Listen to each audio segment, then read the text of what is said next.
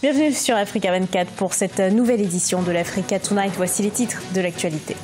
Aux Comores, l'élection présidentielle s'est déroulée sur fond de soupçons de fraude électorale. Dans l'attente des résultats, le climat politique est tendu. Des manifestations ont été réprimées par les forces de l'ordre ce lundi 25 mars. Au Mali, le gouvernement dissout la milice Dogon Dana Amagassou, une décision qui intervient 24 heures après le massacre samedi 23 mars au centre du Mali. 134 civils issus de l'ethnie Peul ont perdu la vie. Et puis la conférence ministérielle africaine sur l'appui de l'Union africaine au processus politique de l'ONU sur le différend régional au sujet du Sahara s'est déroulée ce 25 mars. Elle a adopté sa déclaration finale signée par 37 pays, dont le Maroc. Soupçon de fraude aux Comores. Ce dimanche 24 mars s'est déroulé le premier tour de la présidentielle. Une élection émaillée d'incidents. L'opposition dénonce une mascarade d'élection et un hold-up électoral. Les précisions de Corinne Kamdem. L'archipel des Comores était sous haute tension ce dimanche 24 mars alors que plus de 300 000 électeurs étaient appelés aux urnes dans le cadre du premier tour de l'élection présidentielle anticipée. Scrutin auquel le président sortant Azali Assoumani, candidat à sa propre succession, s'est engagé à remporter dès le premier tour. Les 12 adversaires du chef de l'État dans ce scrutin accusent le président sortant de dérive autoritaire et crient au hold-up électoral. Ce qui s'est passé sur l'île d'Anjouan, ce qui s'est également passé à la Grande Comore. Vous savez que les censeurs ont été exclus des bureaux de vote. Depuis le matin, nous avons cherché à rencontrer le président de la CENI, mais il a refusé. En ce qui concerne l'île d'Anjouan, il y a des morts et des blessés. Nous déclarons donc auprès des Comoriens et de ceux qui aiment les Comores que nous, membres de l'opposition, nous ne reconnaissons pas la gouvernance du colonel Assoumani, ni son gouvernement, et à partir de maintenant, pour nous, il est illégitime. En effet, dès l'ouverture à 8h GMT des 731 bureaux de vote de l'archipel, l'opposition comorienne a fait état de graves irrégularités dans les îles d'Anjouan, en majorité hostiles au président Azali Assoumani, et de Moélie. Selon un responsable de la commission électorale, une dizaine de bureaux de vote anjouanais auraient été saccagés. Les 12 adversaires du président Azali Assoumani ont par ailleurs appelé le peuple à résister et à se mobiliser contre des fraudes en cours lors d'une manifestation. Aucune urne ne doit parvenir au palais du peuple. Je vous demande à tous de nous rejoindre au palais du peuple immédiatement. Chers militants et militantes, empêchez tous les caisses d'arriver à Moroni. Vous savez ce qui s'est passé depuis le matin dans Anjouan Moélie à la Grande Comore. Nous vous appelons tous de nous rejoindre à Moroni au Palais du Peuple.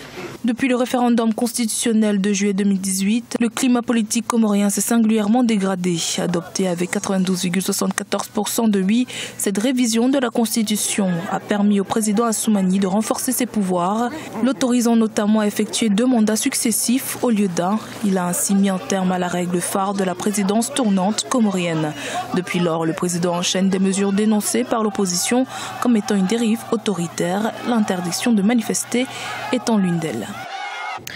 Limogeage de hauts gradés de l'armée et dissolution de la milice Dogon Dana Amagassou au Mali. Une décision prise par le gouvernement en Conseil des ministres 24 heures après le massacre ce samedi 23 mars au centre du Mali de 134 civils issus de l'ethnie Peul. Reportage de notre correspondant Mokhtar Bari.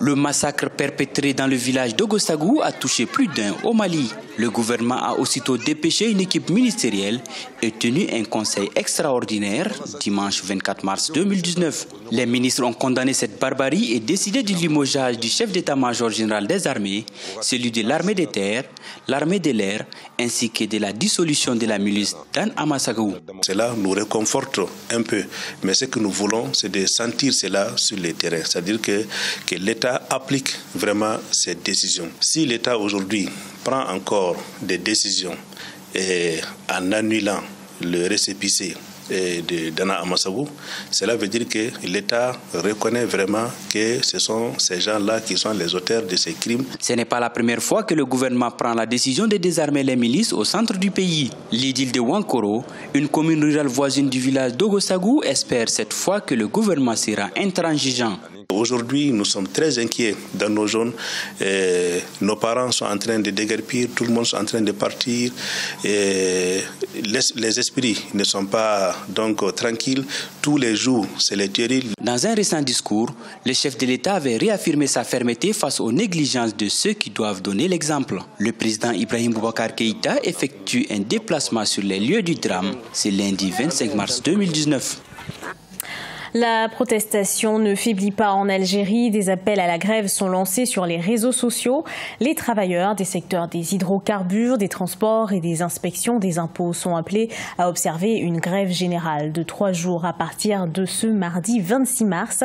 Il s'agit du second appel à une grève générale depuis le début du mouvement de contestation contre le régime débuté le 22 février. Ce lundi 25 mars, plusieurs mouvements de contestation ont eu lieu à travers le pays.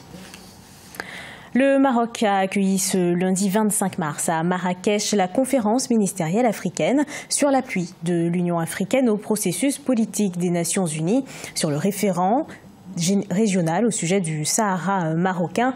Une quarantaine de ministres des Affaires étrangères du continent ont répondu présents à l'invitation du ministre marocain Nasser Bourita. Une déclaration finale a été adoptée et signée par 37 pays dont le Maroc. Écoutons à ce propos Nasser Bourita, le ministre marocain des Affaires étrangères. Dans le discours qui a marqué le retour du Royaume du Maroc au sein de la famille institutionnelle africaine, Sa Majesté le Roi, Mohamed VI, a établi la feuille de route du Royaume du Maroc au sein de l'Union africaine. Et je cite, « Loin de nous, avait dit Sa Majesté le Roi, loin de nous l'idée de susciter un débat stérile. Nous ne voulons nullement diviser, comme certains voudraient l'insinuer. Vous le constaterez, dès que le Royaume siégera de manière effective et qu'il pourra apporter sa contribution à l'agenda des activités, son action concourra au contraire à fédérer et à aller de l'avant. » Fin de la citation du discours royal. La conférence d'aujourd'hui est l'exacte illustration de cette vision royale, en ce qu'elle entend précisément fédérer et aller de l'avant. Cet esprit de rassemblement n'est pas une posture de circonstance, mais une position de constance. Il découle de l'essence même de la politique africaine du Royaume du Maroc, qui repose sur les principes de responsabilité, de solidarité et de clarté. Cette orientation pousse aujourd'hui le Maroc à s'opposer à tout débat stérile, exploitant la question du Sahara, et à condamner les manipulations politiques et surenchères inutiles. C'est cela le message fort que porte chacune et chacun d'entre nous, et nous tous ici réunis aujourd'hui. Lancement des travaux de la 52e conférence des ministres africains des Finances, de la Planification et du Développement économique de la Commission économique pour l'Afrique. Ils ont débuté ce 25 mars à Marrakech au Maroc. La conférence est organisée sous le thème « La politique budgétaire, le commerce et le secteur privé à l'ère du numérique, une stratégie pour l'Afrique ». Les précisions à ce propos de notre envoyé spécial Jacques Mboka. C'est la dernière ligne droite à la 52e conférence économique pour l'Afrique qui se tient depuis le 20 mars 2019 au centre de conférence Le Palmarais. Nous sommes bien entendu dans la ville de Marrakech au royaume chérifien. C'est lundi 25 mars 2019.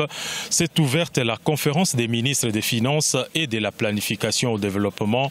2 jours durant, les ministres de ces secteurs vont devoir discuter, échanger pour identifier les obstacles qui empêchent le développement économique du continent africain. Écoutons les mots de circonstance de Mohamed Béchamboun.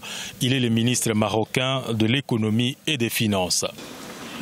Aujourd'hui, cette transition radicale tirée par la numérisation de nos économies est certes porteuse de multiples opportunités, mais elle comporte également des enjeux de taille. L'usage massif de la technologie numérique et la vitesse des mutations provoquées par la digitalisation nécessitent une vigilance accrue de la part de toutes les parties prenantes et une mise à niveau des capacités techniques et des compétences humaines pour garantir les gains attendus et éviter les pertes et défaillances qui peuvent s'annoncer coûteuses dans certaines situations.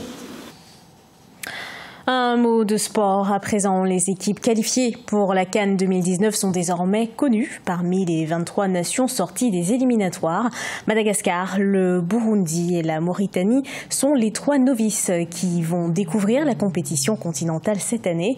L'événement se tiendra en Égypte avec une nouvelle formule de 24 équipes. Cette 33e édition de la Coupe d'Afrique des Nations aura lieu du 21 juin au 19 juillet 2019. Le tirage au sort de la compétition est prévu ce 12 avril 2019. Ce journal a été préparé par l'ensemble de la rédaction. Merci à vous de l'avoir suivi. Dans un instant, une nouvelle édition de l'actualité sur Africa 24.